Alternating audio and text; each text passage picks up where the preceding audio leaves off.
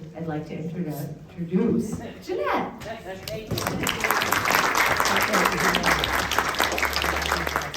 I want to reiterate to thank you, Kate, and Connor, and Sharon, and Mary, and everybody who works at the White House.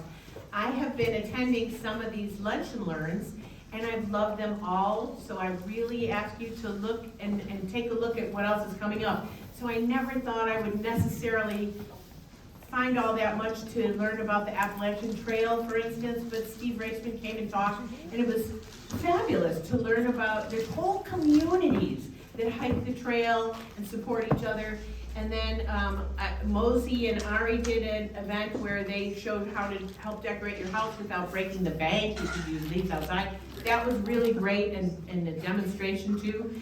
And then another one was Nirali last week. Was it last week or 2 weeks ago? She's a girl who graduated from Barrington High School and went on to college and was in med school and was in an accident and had brain damage. But over time, trying to relearn to move, she found baking as her moving meditation, and she was baking so much that people liked it. And then they said, hey, you should try out for the Great American Baking Show, like people say. And so she did, and guess what? She's on it. It's airing right now.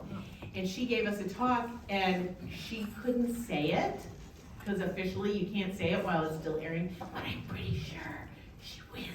Oh. So watch for the Great American Baking Show. They took them over to that big tent that they do the Great British Show in London.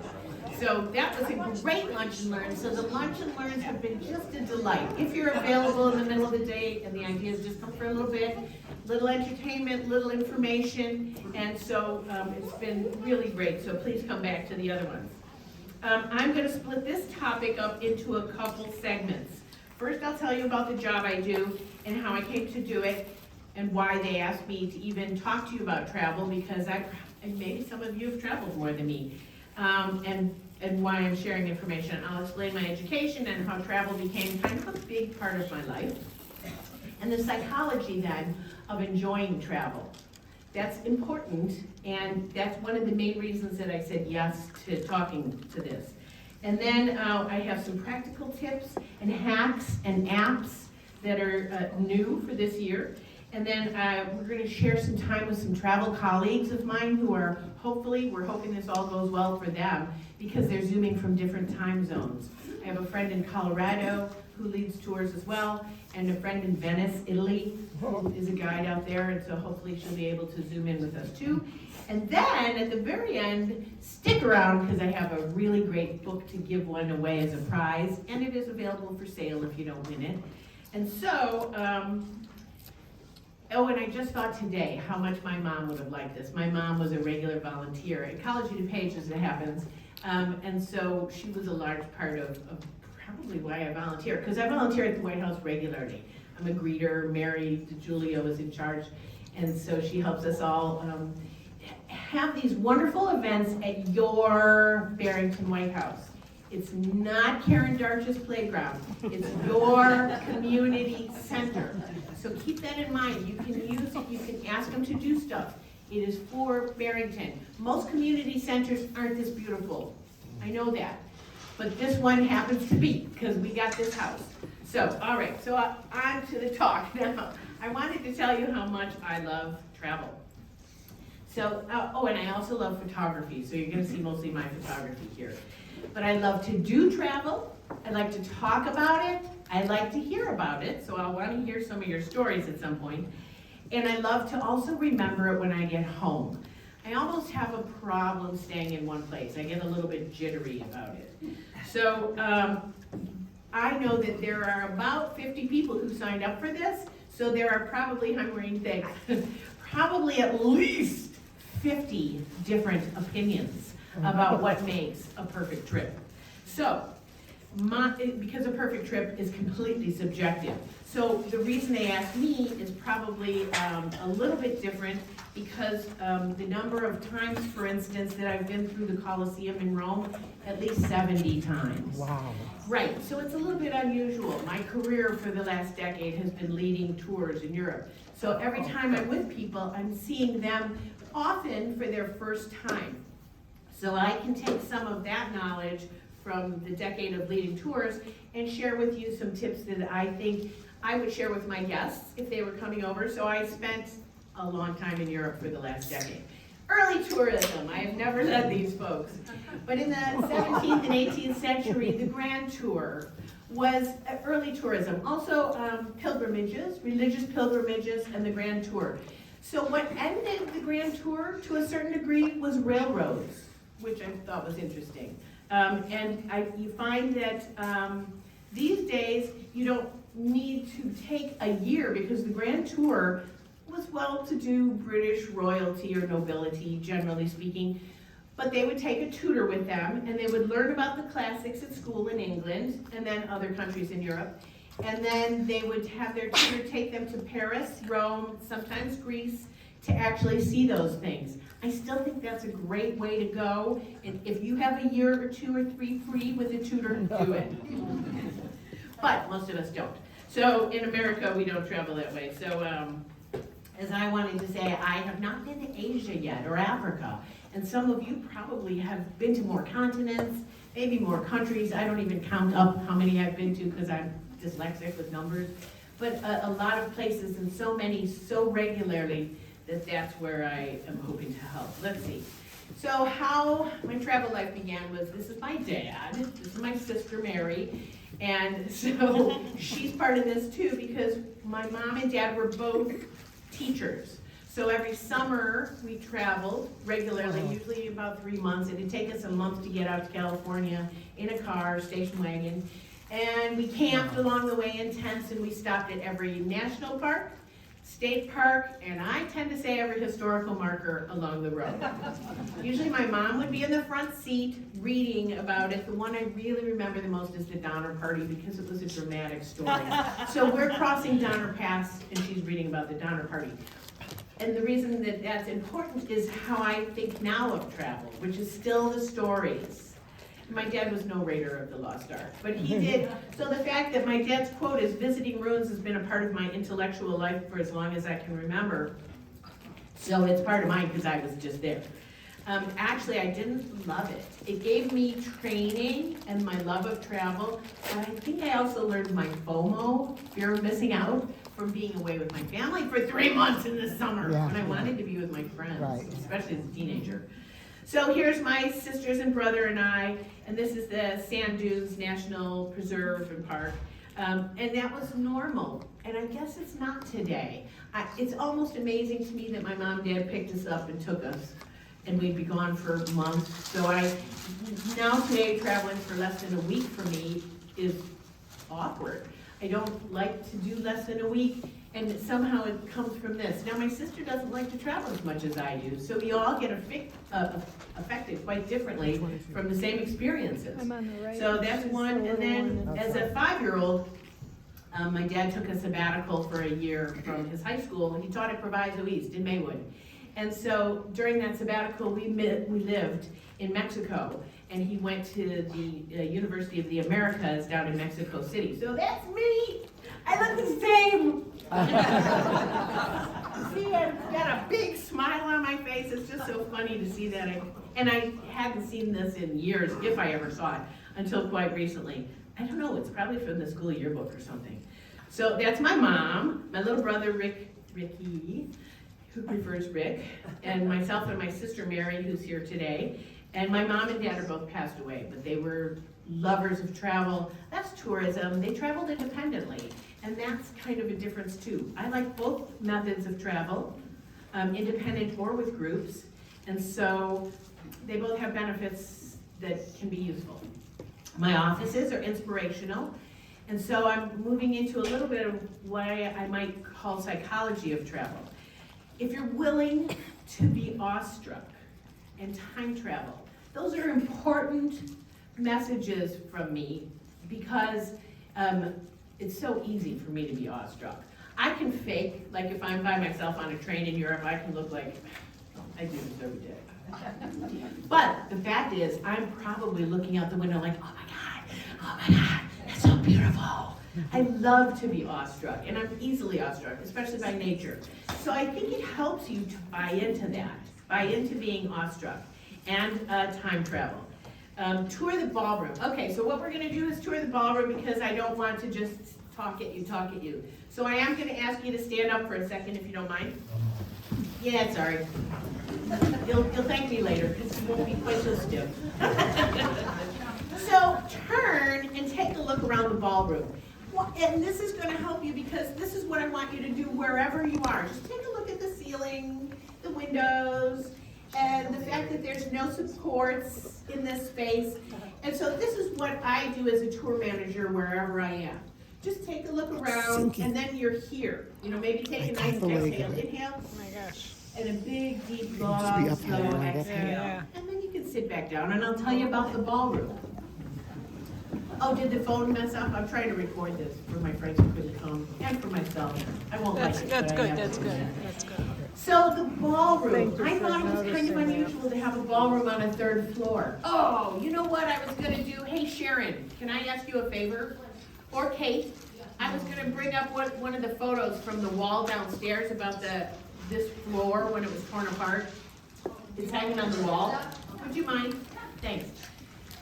So I already forgot something. There you go. What you get for free. So the fact that a ballroom is on the third floor apparently was common. Okay, the house is from 1898.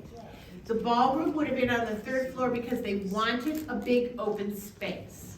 And if they built it down below, they couldn't easily build such an open space with no supports. So they wanted a room that wouldn't hold a lot of furniture unless they brought in tables, just like we do Wow. today. And then also, they had a lot of windows, so there was no air conditioning in 1898. One of the other things was there were no country clubs nearby, so there was no room aside from your house, if you had a big house, to have 50 people in it. So everybody entertained at home in 1898.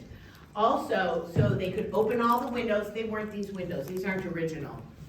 Oh, good, thank you. And the other thing that strikes me, and this is along how I think of stories, so I want you to give a new look to the room and what they've done with it, because they did a lot. Here's what the ballroom was looking like. So maybe we can walk around with that. Thank you, my lovely assistant. Thank you. It was completely torn apart because the house was needing repair and update. So now it's wired. We have these fabulous chandeliers, but look how high that ceiling is. It wasn't originally that high. The windows were probably bigger. And what gets to me the most is the fact that on the ground level, they wanted to get away from the ground level because of the smell of horses. Because they were everywhere. There were no cars. It was the sounds and the smell of the ground floor. So that makes this all the more interesting, right? Kind of. Here. So that's our tour of the ballroom. So what it is stories, if you read ahead, stories connect me to more than dates. I don't remember the dates. The fact that it's 1898, that's lucky that I can remember that one. But I am told that I love the gossip. My friend who's a guide in Rome says that I love the gossip because I like the emperor's stories, not their dates. So the story connects to me, so I suggest that you look for the stories. Here I am, and I love presenting because I really am awestruck. So this is Puglia, one of the places I would recommend you check out if you haven't been yet. Lake Como, I think that's Ireland, Paris obviously, Zermatt, the Amalfi Coast in Rome, but they're all great places, and I love presenting them all. Sure, you got a question? Puglia. Puglia is the east of Italy, so it's below Bari, you learn the right way, like my daughter teases me because I will say Barcelona, because that's the way they say it over there, Barcelona, instead of Barcelona. So Puglia is south of Bari, and it's the east coast of Italy. For years it was quite poor, but it is really up and coming. So there's no big, massive museums there, but it's so lovely, it will have your heart. So Puglia is great, and then I have a picture here. This is from Matera, that's in Basilicata. It's it's right next to Puglia in Italy. Italy's like the size of Florida. So in fact, my locations are Western Europe. I haven't been to Asia, as I said, or Africa. I would like to go. And one of the things that I like to do is time travel. So Matera, and if you saw the last James Bond, they filmed a bunch of that car race in Matera, as it happens. But this is a church from 1000 AD, And it's built into the stone, and caves have had people living in them in Matera since 9,000 years ago. That's what I mean by time travel. You look at that church and go, what, that is weird. Weird is not a word I'd like to use ever. It's different. So why? Because it's been lived in since 9,000 years ago. And then I have here the Cro-Magnon man cave paintings. These are so great. And I cried, I wept when I first saw them because they're so perfect. And they're in a hole in a cave in France. So easy to get to. When I was growing up and hearing about this stuff, I thought it was far away, darkest Africa or something. But it's in France. And the term Cro-Magnon I even thought was, a scientific name, but a crow is a hole in the ground. And Magnon is the name of the farmer where the hole was in the ground. So it's crazy stuff like that that really appeals to me. So I'll never forget that that's what Cro-Magnon man is. It's Monsieur Magnon's cave paintings. And so when you can have a chance to time travel, I really recommend it. There's lots of ways to do it. These pictures, here's medieval Gruyere in Switzerland. It's where the cheese comes from, the Gruyere cheese. It's really, really good there. And it's a medieval village. It's really just this one street, cobbled street. These kinds of little towns are all over Europe. What is convenient that allowed them to be this way often was they were left off the main pilgrimage trail or off a highway, just like Barrington. We were left behind because we're, not super convenient to the city. So some of our old buildings are still here instead of torn down. So Gruyere is a really good one with a funky museum too. And then the reason I have a picture of Salzburg there is because of the layers of history in that one image. The castle is from the 1000s, the church is from the 1400s, I believe, and then I'm in the Mirabelle Garden taking the picture, and you've seen The Sound of Music, so that's where that is all. And the garden is from the 1700s. So I like the layers of history and the way you can time travel easily in Europe. So they're not just beautiful. This is on Lake Como, the picture with the palazzo, and it's a picture of part of the Villa Monastero garden. And they have a lot of workshops for hydrology. Who knew? You go to Lake Como and you're not thinking about this stuff, but when you learn that Leonardo da Vinci went there to study, granted that villa wasn't probably in existence, but he was studying Fumilate, which is a river right near there. And today they still have a lot of hydrology seminars there in Lake Como because it's useful. So, oh yes, and then the other picture is Cinque Terre, also in Italy in the north. And it used to be not impossible to reach, but really hard to reach. I would say that about a lot of the places that were considered most glamorous, like Portofino, even Positano a little bit. It used to be really hard to get to them unless you had a yacht and a rich person who had a yacht or celebrity or stuff like that. These days we can all get to them much more easily. I would recommend against a huge ship, but that's just my taste. So if you can get down on the ground, stay overnight in some of these places, the Loire Valley, Chenonceau, I love this, my favorite chateau. And while I like Rick Steves and his backdoor philosophy, I'm sort of a chateau girl. So Chenonceau is my favorite, and it's got a ballroom that goes over the river Loire and arched over, and so when boats go under it, they collected taxes. So it explains, why is this like that? Why does it go over the river that way? Because they collected taxes. Again, you're time traveling. And then the Eiffel Tower, of course I love. And I've probably been through that 30 or 40 times. And it's from 1889, and it was intended to be temporary, very much like our White City was down on the, down by the Museum of Science and Industry for the World's Fair here. That was built for the World's Fair there, which is also why it's sort of set aside from Paris. When you go to Paris, Eiffel Tower is kind of all by itself over there. Just like the White City here, they needed the land to have the World's Fair. So, I don't know, I just really like knowing the little insights that you can glean if you research a little. Hampton Court Palace, it's a beautiful garden, of course, but if you realize that Henry VIII brought every wife there, didn't do him much good, but he did. And it's a beautiful garden. They have the world's biggest grapevine growing in that garden, which is just weird to me, but also interesting. And then the food. So one of the things that I love about travel is that it's not the same as it is at home. I might have a little ADD, self-diagnosed, but still.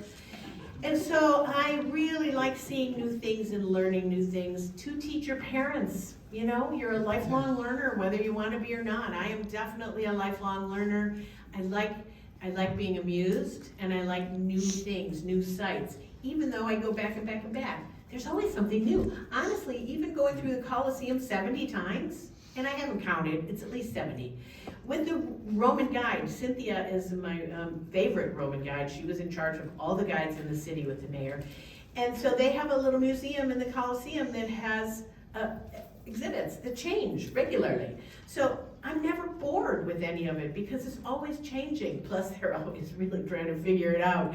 So they change where they make the entrance. The Vatican does the same thing. It's just, you know, they haven't figured it out. It's only been a couple hundred years. But they're slammed with tourism, which is one of the reasons that I can ignore massive crowds for the most part, but also recommend Puglia and other places that are not so crazy busy. I don't know what those fluffy things are. You guys might know. The items in the middle, the sea urchins, yum. And the asparagus and the salads. And then the little stove is a friend of mine's stove. So we know that Italians, they like to live together in apartment buildings, more than single family homes like we have everywhere. And so I love the cultural differences. I live with an Englishman, so I've had to learn the English cultural differences. And their stoves, look at it, like a little dollhouse stove. So if that's what you're cooking on, you're gonna have your friends that run a restaurant and you're gonna eat there all the time and you're gonna hang out there. So when you're at a restaurant, it might be like you're renting the space for the evening. It's your kitchen, your dining room. So it sort of explains some of the cultural differences, right? Or not. Okay, joy can be infectious. Oh, look at that. I added to the bottom, I guess. That's why my words all slammed onto each other. Anyway, so that's my girlfriend Peggy and I. Beautiful Venetian Canal, which is amusing to me because that's in Las Vegas. We were just there in January because I had to get out of this grid.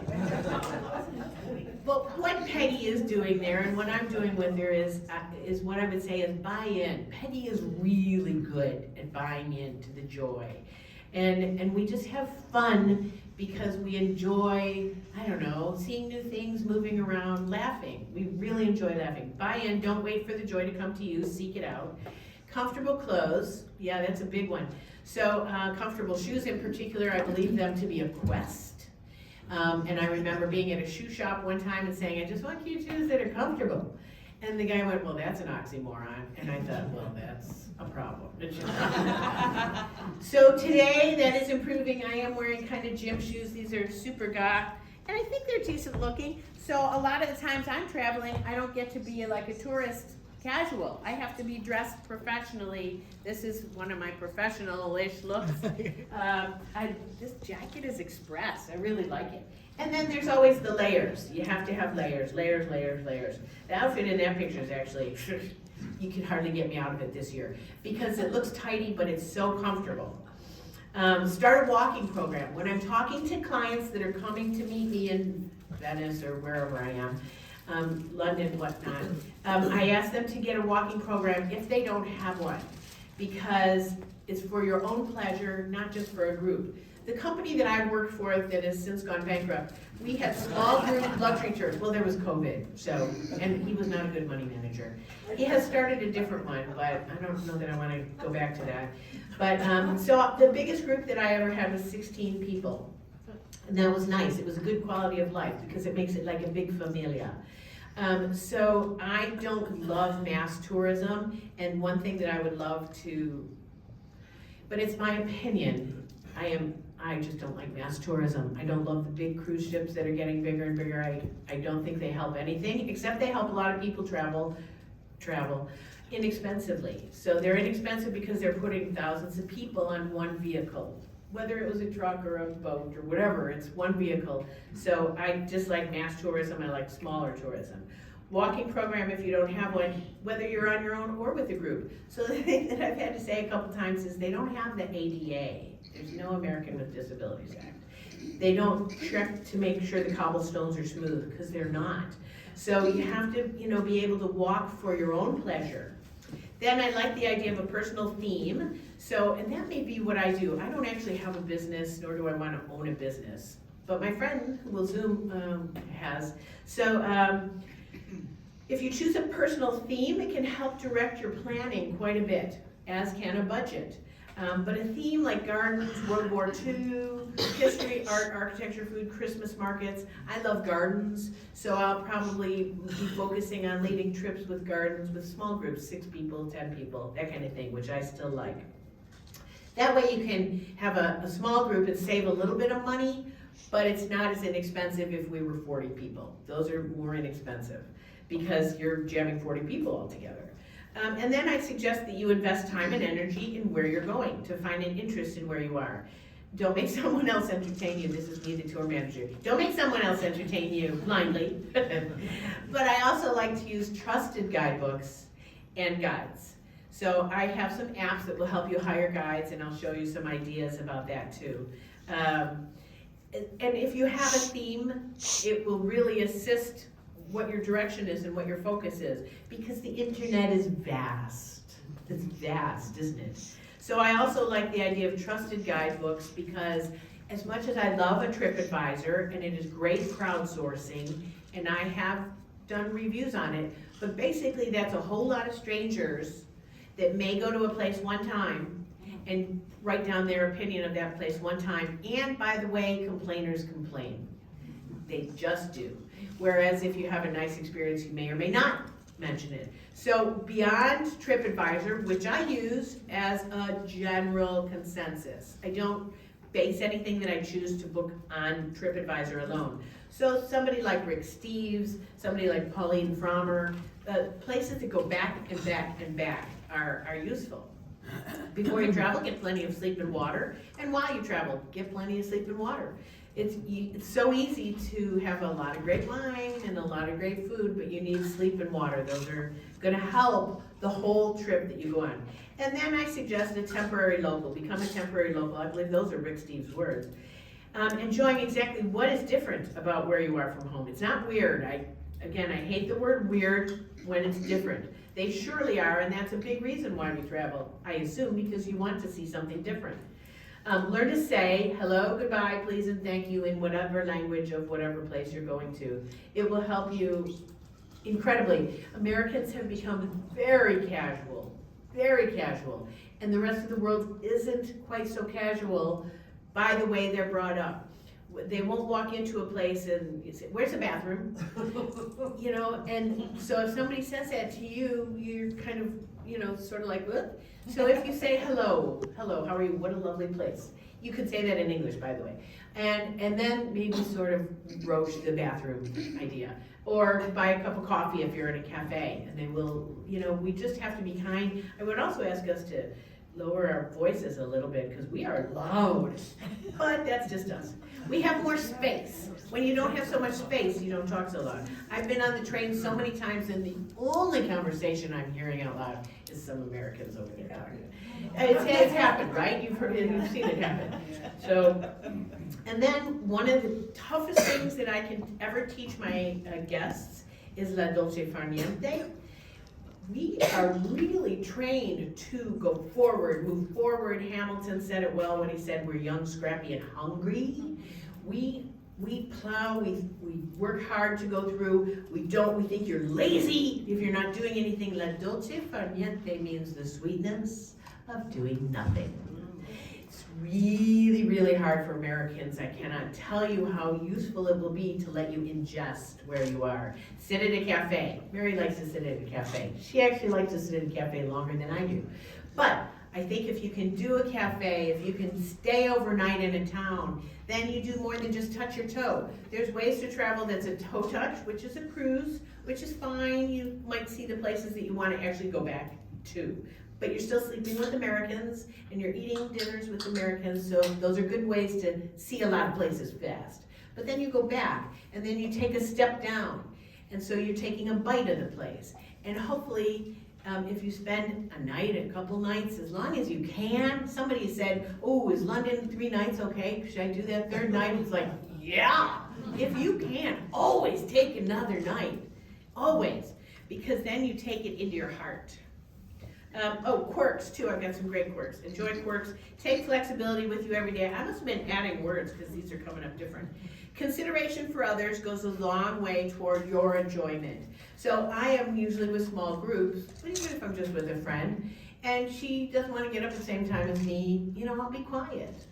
Or, I want to go for a walk in the morning, she just maybe doesn't want to do that. That's okay, consideration for what she wants is important as her consideration for me. So let's just be nice.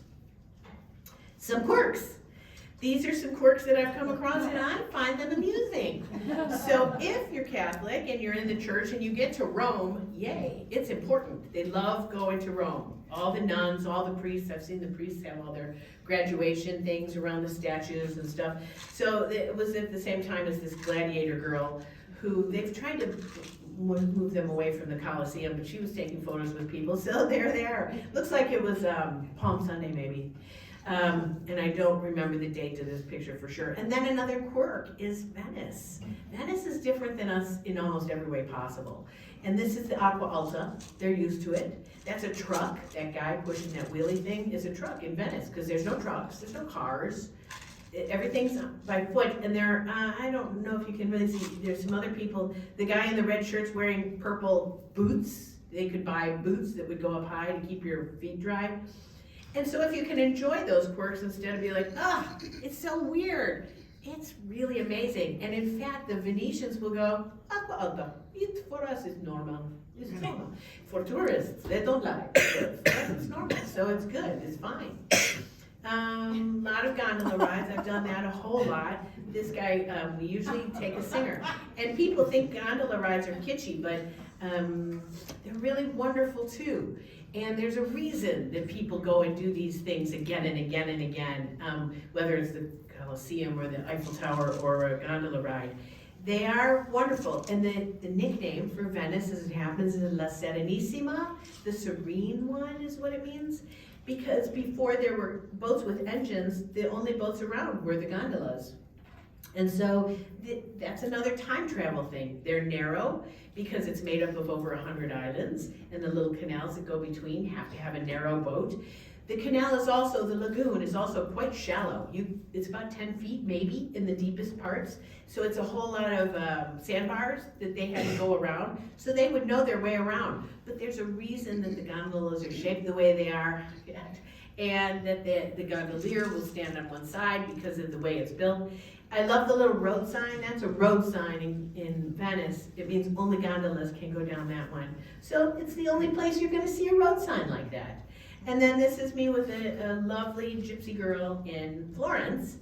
And, even them coming around, I can smile at her. She wants money from me. I'm not going to give it to her, but it doesn't mean she's not making her way, so I'll be friendly with her. This shows somebody just a month ago. He's very comfortable being uncomfortable. I'm going to say you need to be comfortable being uncomfortable. This is like a pro. So, also, there's a couple other people being uncomfortable. One guy is sleeping at the airport, and then this one, he let me take his picture.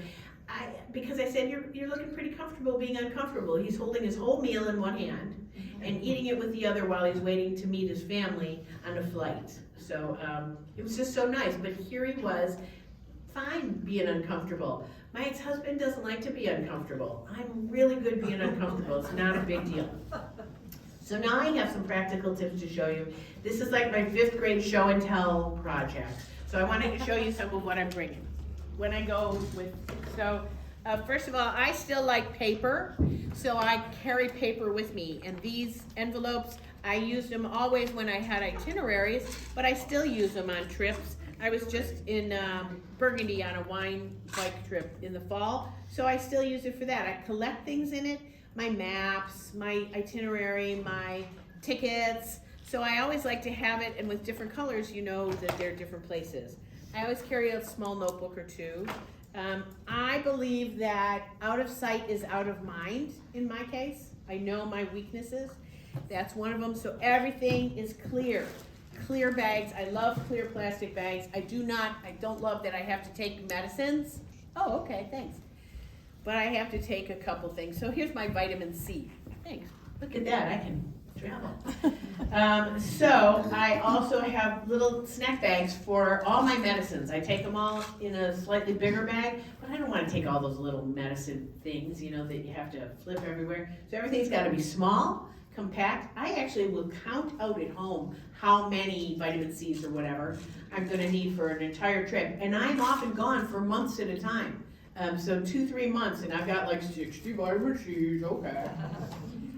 Here's one of my favorite little things is, I love the slippers from the hotels. I have a collection of them. They are made with cloth and cardboard. If you wear the slippers in a hotel, they're not gonna keep them, they're gonna throw them away. So in my case, they become great souvenirs, and I use them all the time. I don't really know how well they clean the floor, so I want slippers from the hotel. And what's around them is my other great tip. This is a shower cap. So if you're at a hotel that has shower caps, use them. They are perfect for shoes or boots. They even cover the bottom of my boot, and I can see through it. So I was telling one friend, and she said she uses jewel bags to wrap around her shoes so that they don't get your clothes all dirty. But I love a shower cap because it fits on everything. And then, let's see, and the slippers. Oh, a scarf is very important. Take scarves, male or female. I cannot tell you how good men look wearing a scarf. Is this not right? Raise your hand if you agree that men look good in a scarf. See that? It's for real. So take a scarf, buy a scarf, wear a scarf. I happen to have scarves for winter. I just got this silk one, but I was going to wear a different one today, but this seemed better to look. And summer weight scarves. I believe in scarves all the time because it's not just a layer to wear, but it's also a pillow, a blanket, a cover up. It can be so many different things, and they make great souvenirs to give to people too. Because when you buy scarves, they're really lightweight, and you can fold them up really small in your luggage to bring home. Here's some of my business cards for after. I like the face wipes. This is another example of putting all my cords together, but being able to see them. I want to know what's inside every bag. I even bought, I don't use packing cubes, but some people live and die by them, so I'll try them, but I haven't really tried them. I live out of my suitcase. I don't take my stuff out of my suitcase and put them in a dresser. Just on this last trip with the girl with Las Vegas, I took my pajamas and put them in the dresser drawer. Couldn't remember where I put them. So stupid. So I use my suitcase all the time. I also take a travel pillow. So this is one that I had received on an international flight, I believe. You know, if you're flying anywhere and they give you the pillow and it's in a plastic container, which means it's been cleaned or brand new from the airline. And then they have these pillowcases for travel pillows, probably at Walmart or Kohl's or something like that. It's for allergies too. But that way I can take that off and clean it. You will notice it's weird looking. There's a reason behind that, because when I got this once upon a time and it was in white, I left it behind because it looked just like the rest of them. So this one says, Jeanette, take me. Me too, take me, take me. So I just did that design on that. If I could have found a bright pillowcase, I could have used that too. I had an orange one for years. I still managed to leave it somewhere. So make it obvious so that you can see it. I do that with these too. These are my adapters and a converter and an adapter. So they're white. Have you ever been to a hotel room? The walls are usually white and they blend in with the wall. So I put tape on them and it says, don't leave me, take me, because I've left them. If you happen to be in a hotel and you don't happen to have these, go check at the desk. They have a drawer full because everybody leaves them, but I don't because mine say take me. So the packing cubes I'll try. The latest in security, if you're kind of a nervous traveler. Any nervous travelers? Anybody afraid to travel? Okay, so this has a slash-proof thing. So in over a decade leading tours, I had one lady have a wallet stolen once. In Florence, in the center of the city, it was raining. She was holding an umbrella and her bag was hanging open. So her wallet did go and we had to go to the police and everything, but that's the only thing that's ever happened. I really believe that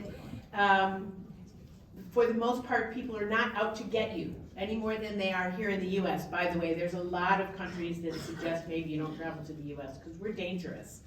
This one also has RFID blocking.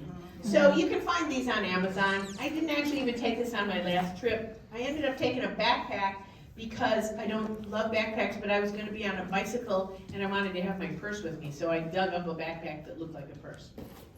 Another clear one. I love my Dooney and Burke purses. I've used these for years. I used to love a leather bag because I'm in Florence and they have great leather, but you know what about leather? Yes, super heavy. So cotton and nylon is much better. Not only that, but look at the inside of this, ladies. We can appreciate this. It's red and it's got like 100 pockets. Granted, I'm bragging, it's not really 100, but you can find things in there. And you can hang your keys on it. So and an iPad fits in there too. So I love that bag or any bag that does all that for me. The idea is, how does it help you? Not how cute it is or not. That is kind of ugly, frankly, but it is. But it's very useful. And then for the first 5 years or so when I was leading tours, I'd go to TJ Maxx every year and get a new cute suitcase. And every year it broke. Well, at least the wheels. So what happened was I finally happened across a Travel Pro luggage, and it rolls like a Mercedes. It drives really nicely. You have to always get a luggage now that will go down the aisle of the plane or the train. So Travel Pro, I actually even contacted Irv's Luggage, which is where I got this, and they have also repaired it for me before. So they'll repair it for the rest of its life. Irv's Luggage is in Vernon Hills. And I had them send me a flyer and some business cards even, because it's really great to have a good luggage place. They also have small bags like this. They have all kinds of things for travel, and it's a beautiful store. They used to be off by all the factories, but now it's just in Vernon Hills. You know, I have just this little thing to tell me mine apart. Sometimes I see a lot of people who use ribbons and stuff on their luggage to tell it apart. I also have this. I'm sort of embarrassed to do some of this, but they've worked for me so well. It's not pretty, it's a Vera Bradley bag. They don't actually make this one anymore. And you can see it's been through the ringer. I mean, it's been beat up, but it always goes under the seat in front of me on the airplane. And it has 1 million pockets, so everything has a place and everything goes in its place. I was actually a little bit jittery taking some of these things out of this bag. You know, you could call it a go bag because it's always packed. It's always packed at home. But I don't like that term because it sounds scary, a go bag, but it's ready to go bag. So it's also got a lot of pockets. Oh, look, another scarf. You know, so I'm always, if I go down to the University Club in Chicago, I take this with me. I carry it. Other people like something that rolls around their back, but this one, I get jittery taking stuff out of it because I'm afraid when I start packing again, I won't have it all. And then, one of the things that I really want to recommend, I should take a look at my slides here.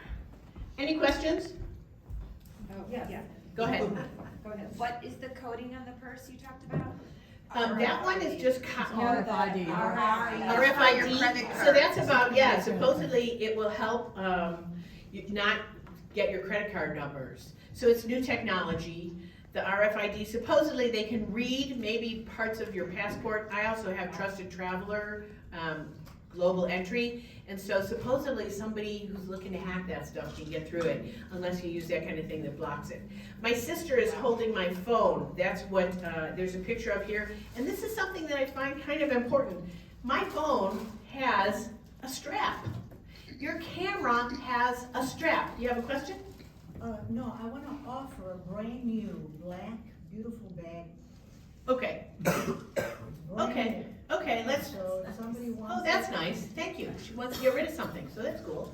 So we'll talk about that after the talk. So I think that every phone should have a strap. So the strap is from the company called Moment. It's a photography company, but it fits on.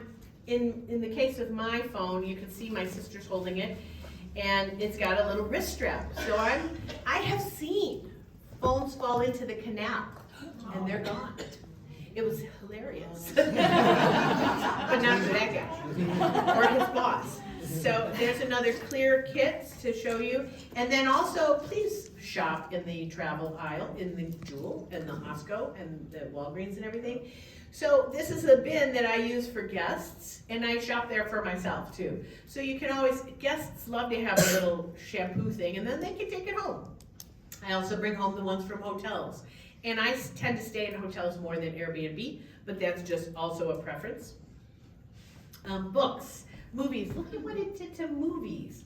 That was right before, oh well, say that, no big. It says movies. Little embarrassing. And TV. So I brought a bunch of books with me. I still like books. I can't help it, I like a book. Better than a Kindle or my iPad, although I will use those too. But I do have a book like this. It's a terrific book, and I totally recommend it. Fred Plotkin, Gourmet Travel Around Italy. And take pictures. By the way, use your phone to take pictures of the slides, because I will have ideas in a little while that you might want pictures of. But I take it apart. It's a little shocking. I'm a book person. But I took apart this book so that I could have the places I was using. I also love a map. I think GPS doesn't really teach us where we're going. I don't know. If you think it does, you're wrong. So knowing where you are on a map is much more information than just following GPS. I also want to recommend, and you're welcome to look at this stuff after the talk is done, preferably not while I'm talking, but the travel show. Has anybody here ever been to the Travel and Adventure Show? Good, good, good. So I really recommend it. So I've gone every year, and it's, kind of consistently the same. However, there's always some good talks. So the Travel and Adventure Show is all around the country, several locations. It's a business. I think there's a ticket that you pay, I don't know, maybe up to $20 a person. I go free because they consider me a travel advisor. But there are speakers like Rick Steves. He's there every year and he gives a couple talks. I think this year he probably did 3 or 4 talks, same talk, but still you could catch one of them. And he's, included in the price. Pauline Frommer was there, and I really love the Frommer family and their books. They gave us some nice reviews for the travel company I work for. And so those shows are here. It's at the Donald E. Stevens Center, over by the airport. And so this is some of the companies that are there. Actually, a huge company is AAA. They're a huge sponsor for this, and they have a lot of travel stuff. But you can also, I've met the people who own, for instance, the French Canal Boat Company have been there. They're lovely people. And there's a new, I guess it's a network called Go Traveler that I had not really heard of. So if you haven't, look it up, Go Traveler. It's a network with over 200 travel shows. So at the travel show this year, they had Colleen Kelly, who has a family travel show on Go Traveler and on PBS. So PBS and Go Traveler have a lot of the same people. But Colleen Kelly has a good family travel show, if anybody was here specifically for that. And Rick Steves shows about Europe are on there. Pauline Frommer has a podcast. So using the technology to get to some of those things is a great way to find them. Go Traveler and the Travel and Adventure Show. And the Travel and Adventure Show travels around the country. I think they're in New York right now. And then I thought that's also the kind of place where I happen to pick up the Turtle Hospital rescue, rehabilitation, release information. So a lot of people that are not just tour companies are at the Travel and Adventure Show. And if you have a theme that you're sort of interested in looking for, they might be there. They also have dancers from around the world. A couple years ago I was videotaping because the Irish dancers and the Indian dancers and the Bengalese dancers and the Asian dancers from South Korea, I think, were all dancing together and learning these dances together. And I just love when the world comes together, even if it's just for a dance. It was really terrific, and they were all learning a dance together. And then some of the other things I love are Patreon is a site, a website on the internet. And through it, I learned about a friend, Vero Savoya, who is a Rick Steves guide, as it happens. She lived for 20 years in Seattle and married to an American, raised a kid there, then went back home to France. And then the pandemic came in. So there were no Rick Steves tours that she could lead. So instead, she went online. Shoot, I was going to queue up one of her talks. So it's France with Vero. I've got a slide of it. But she goes walking and pointing out the history of Paris, of tour. I actually hired her when I was in tour a couple of years ago for a private tour, and I recommend private tours, and I'll give you the names of some of those sources. And then Oliver G is another one that I follow on Patreon. Patreon is this website that's for creatives. So I pay $10 a month to her and to Oliver to help them have their small business online. And Oliver and his wife have made all these beautiful children's books. So take a look if you need books for your grandkids or anything. They are gorgeous stories of Paris because they're in Paris as well. So it really helped me through the pandemic because I was walking. I would take my iPad to the fitness center and I'm walking with this guide in Paris while I'm walking on the treadmill. But she's pointing out stuff, you know, and the different arrondissements, and you can really learn about history and whatnot. She's French girl, France with Vero. Then I think books that you never expect to be really good, so come and take a look after we're done at these books, because some of them are really good. This one is Giacomo Casanova. That's the real Casanova. And he wrote My Escape from Venice Prison, and it's a good travel book. That's how I learned. He was pretty obsessed with travel, I swear. That's how I learned that in those days they would take a carriage across the Alps, and they had to take the wheels off the carriage because it couldn't go through the snow. I mean, stuff like that is really interesting to me. I've become quite a history geek. And Dorling Kindersley always does good ones. La Bella Lingua is a phenomenal book if you want to hear not just about Italian language, but the history. So take a look at these books too. I love books. And then this other book that I brought is called The Art of Traveling Italy, An Insider's Guide to Traveling Fearlessly and Wisely. This one, shameless plug, I suppose, is written by a friend of mine, Sandy, who couldn't be here today. She was going to be on our Zoom, but she is also a tour manager and owns her own tour company, and she used a lot of my photography in the book, and I helped her edit it and whatnot. So it's a terrific source for traveling anywhere, but especially Italy. And she's on to writing books for France now coming up. Oh, here's the cards for the Irv's luggage. You can tell these people that Jeanette sent you or not. I don't get anything from it, but I want to share things that I really feel like have been useful for me. So that's my show and tell bit. Any questions? Okay, so this is all. What's the question? It's not a question, it's actually a comment. Okay. I would recommend that people not drive a rental car in the heart of Florence on a Saturday afternoon. Can't even. You cannot even do that now. They have stopped people driving in the heart of Florence. So they've made it pedestrian only. So that's helpful. I didn't love driving in Italy at all. I'm slow, like the little old lady from Pasadena, only she's fast, isn't she? So I would say pass me. But they won't let you drive in Florence anymore right now, so it's pedestrianized. Yes, hi Pat. What's the name of that last book you were saying? The last one is called The Art of Traveling Italy, and it's the yellow one, so go ahead up there. Sandy Serio Gregory is the author. And so here's a picture of the people, again, of the Travel and Adventure Show. Pauline Frommer is there, Rick Steves is there. They had a contest to have a new show. So they have like 200 shows on Go Traveler. But they have Traveling While Black tried out for it. They ended up choosing a girl named Sarah who's doing travel based on, she's a librarian, so based on books, whether they were inspired by books or whether she goes to where the books take place. And there's Colleen Kelly with her kids, they're a little older now. She's a local lady who has a travel show about family travel, as I said, on Go Traveler and PBS.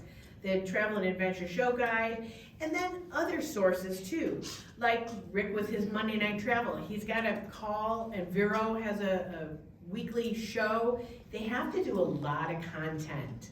So if I'm looking for content online, I want it to be people I trust and admire, and not just some girl and her boyfriend who are adventuring around for the first time. They're lovely too. But I really want good information. So there's a picture of Go Traveler, and Rick Bayless has his show on there, so a lot of them have gone to that. And now I've got some ideas of apps and information that are the practical part of the talk. So insurance markets. Insurance is a must-do. I don't love it. I don't even always do it. I didn't do it for Las Vegas. But if you like insurance, the insurance markets that you can find online that are going to be most useful for you are called squaremouth.com, insuremytrip.com, travelinsurance.com. But Generally, it's probably not best if you buy the insurance through the travel provider. You will get better rates if you look. I forgot to include Nomad.com. They have good prices on travel insurance, because I don't have a lot of needs. But you're gonna want to have cancel for any reason. That's been a big change since the pandemic. You have to have cancel for any reason, because it could pop up again. And I did travel through COVID some. We did some trips. Boy, it was interesting. We had to test over there, and, had to be negative, and my guests were going, what happens if it's positive? And I went, make a reservation. Nobody's gonna feel bad for you if you're stuck another night or a week in Ravello. They just won't. So, and as far as timing, when you're buying tickets, it is best off, and I do make a habit of purchasing airfare on Sundays, because as you can see, it's 6% cheaper domestic travel, 13% cheaper for international travel. And this is based on algorithms. So the algorithms that the airlines are using have come up with this. 28 days out for domestic travel, 2 to 4 months out for international, and you can save, 24%. Also, starting the day of your trip a little different. So if you're debating and you're gonna go someplace and you wanna go on a Sunday, you're gonna save more if you don't. A lot of that is based on the fact that still today, far less travel, but still some of it is business travel. So a lot of these algorithms are based on business travel versus tourism. You're gonna do better to start on actually Tuesday, Wednesday, or Thursday, I would say. But 16% savings over flying on a Sunday before 3 p.m. or you risk being canceled or delayed by 50%, which is an interesting one. I rarely travel before 3 p.m. And so I've had good luck, knock on wood. So, best for airfares. Here's a site, several sites that are good for airfares. Momondo is one that I've been using a long time. It's quite international. Southwest isn't on any of these though, so you gotta check Southwest by yourself. Kayak, Skyscanner, and Cheapo Air have all been really good sources for airfares. And often they will send you, like Momondo will send you to other sources. They don't sell tickets. They send you, they scan all the websites, they have ticket prices and show you the cheapest ones. And Momondo also will show you maybe in 3 weeks it's gonna be cheaper. So that's the kind of thing that Momondo breaks down for you. And then fees. Fees are an interesting thing. I've been telling people this, but I don't know if the people know. Anybody work for an airline in here? Oh, Used to, okay. So fees. Airlines are taxed on the price of a ticket. That's how they pay taxes. They don't have to tax fees. So airfare's down, fees are up. Isn't that a coincidence? So as it happens, United Airlines, 122% of their ticket prices in fees now, because they're not getting taxed on them. It's a smart business move if you're a business, but I don't love it. So, and that's the rates. Delta's is even higher, the percentage of fees, because, so they can do that. It is what it is. And then debating about where you might like to stay. Everybody has a preference, Airbnb or VRBO. Did you have American Airlines on there? Did I? I don't know. Did I? Can you go back to that slide? Go Sure. up a little. Or do you know This that? one? You can take a picture. Can it go down farther? Down? To see if Americans on there? So It's not. Frontier is the bottom one. mm, Nope, that's all I have on there. Sorry, I must have forgotten that one. I would have put it up with Allegiant and Alaska. So I do not have American on there. That's funny that you would mention that. And I fly it all the time, and United, any of them. I do believe in loyalty cards. Gonna make a huge difference, or using your credit card. I use my United mileage card all the time, and it helps me save hundreds of dollars, but you have to pay attention to it, And then again, Airbnb and VRBO versus hotels. That is a personal preference. You're gonna find good and bad with both. If I'm staying someplace by myself, I prefer a hotel because there's somebody there at the door usually. So as a woman alone, it's a little safer feeling. But if I'm with a group, Airbnb is also good. I have come to really befriend porters and concierges. They are really great people who really like to help people traveling. So that's where I can often get the best source for the restaurants nearby or what's happening, what's this festival that's coming up and things like that. Whereas at an Airbnb, sometimes you will, sometimes you won't. Also, I stayed in a beautiful Airbnb in Bordeaux a couple years ago. It was spectacular, dustiest place I've ever seen in my life. I mean, man, really dusty. And at Airbnb, she had a good rating, and it was a lovely place, and a lovely lady, frankly. Her 99-year-old mom lived upstairs. So she actually lived in the building, but there is no professional doing that, and they don't have professional standards that they must live up to, except what other people see. So it's up to you, as you choose. Audio tours. I do love Rick, met him several times, just said hi to him the other day, actually. He's got some great tours, and so this part of the talk is sort of about the technology that can be of service to you. Audio tours, if you're not wanting to hire a guide, I would still update my Venice with him every time I'm picking up people at the airport, because it's just good to rehear that stuff over and over. So you're standing there, you've got your phone, you've got the headphones, and you're listening to him tell you what you're looking at. So Rick has a really good program with that. I've not been on one of his tours. I'd consider it maybe. But I've met lots of other people who are, and they don't want people who are crabby, and they will tell you that right up front. And you have to be prepared to carry your own luggage, which we used to take care of the luggage for my guests. So, but you pay a little bit less, but his groups are a little bit big, so, you can learn so much from online from them. This is France with Vero. She's the one that I was talking about who lived in Seattle. And this is who I pay $10. Now, on YouTube, you can go on YouTube and see her walks for free. I tend to choose the walks that are like 54 minutes because that's the length of time I want to be on the treadmill. And they're all interesting. She's so good.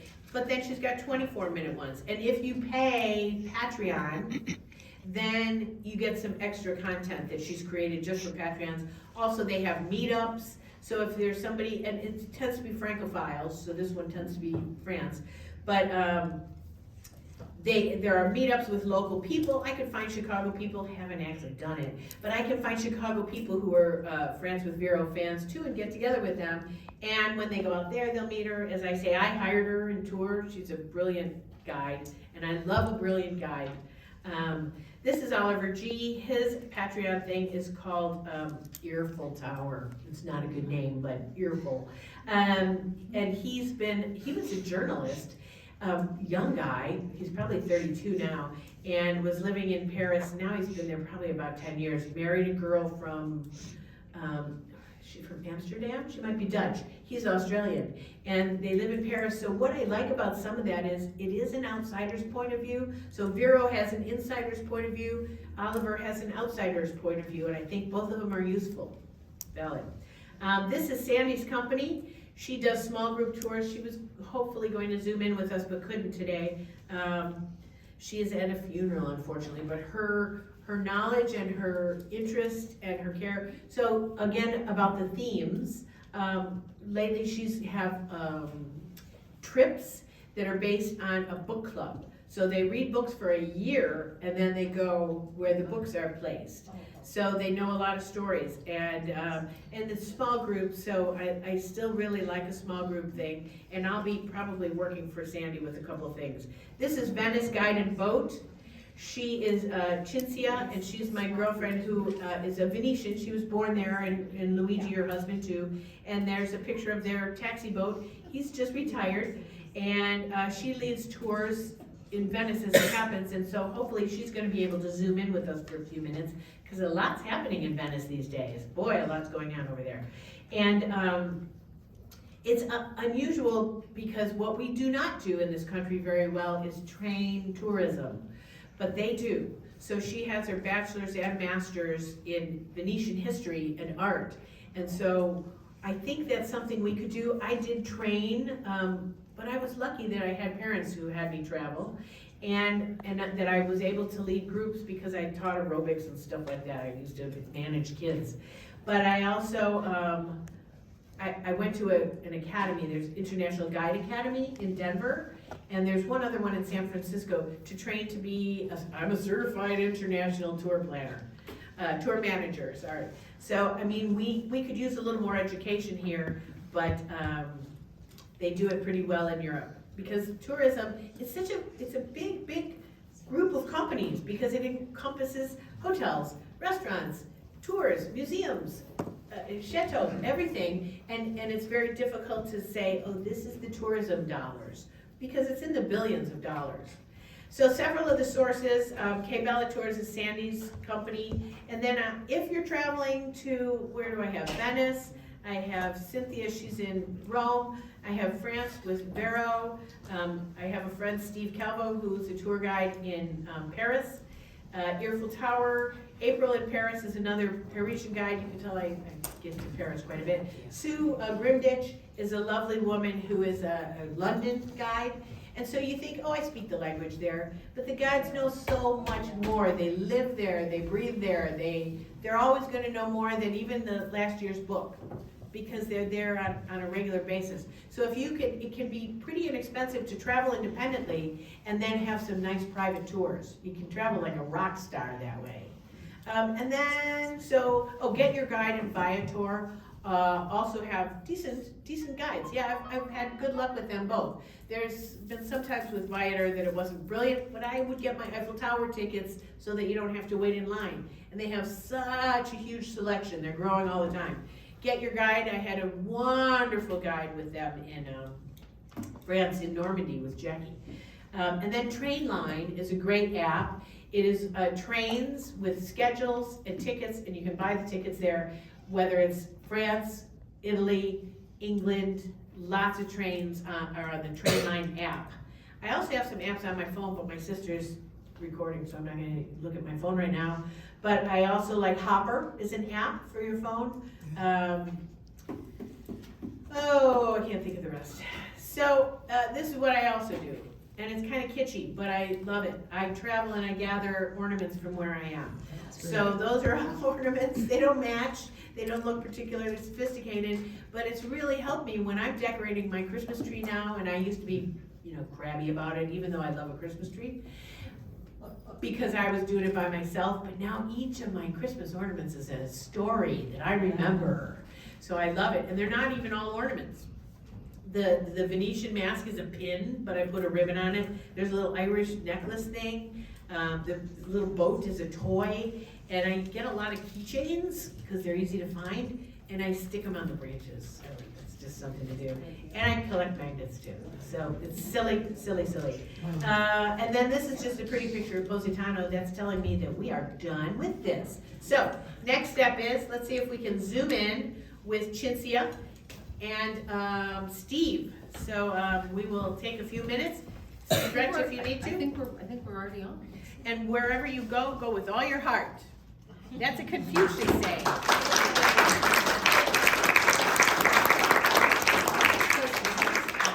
Okay, so somebody's on. They were on, but I think they popped off. Okay. Do you have their phone? Yes, but I need to, okay, Mary, I need my phone, please. Thank you. I guess it didn't work on the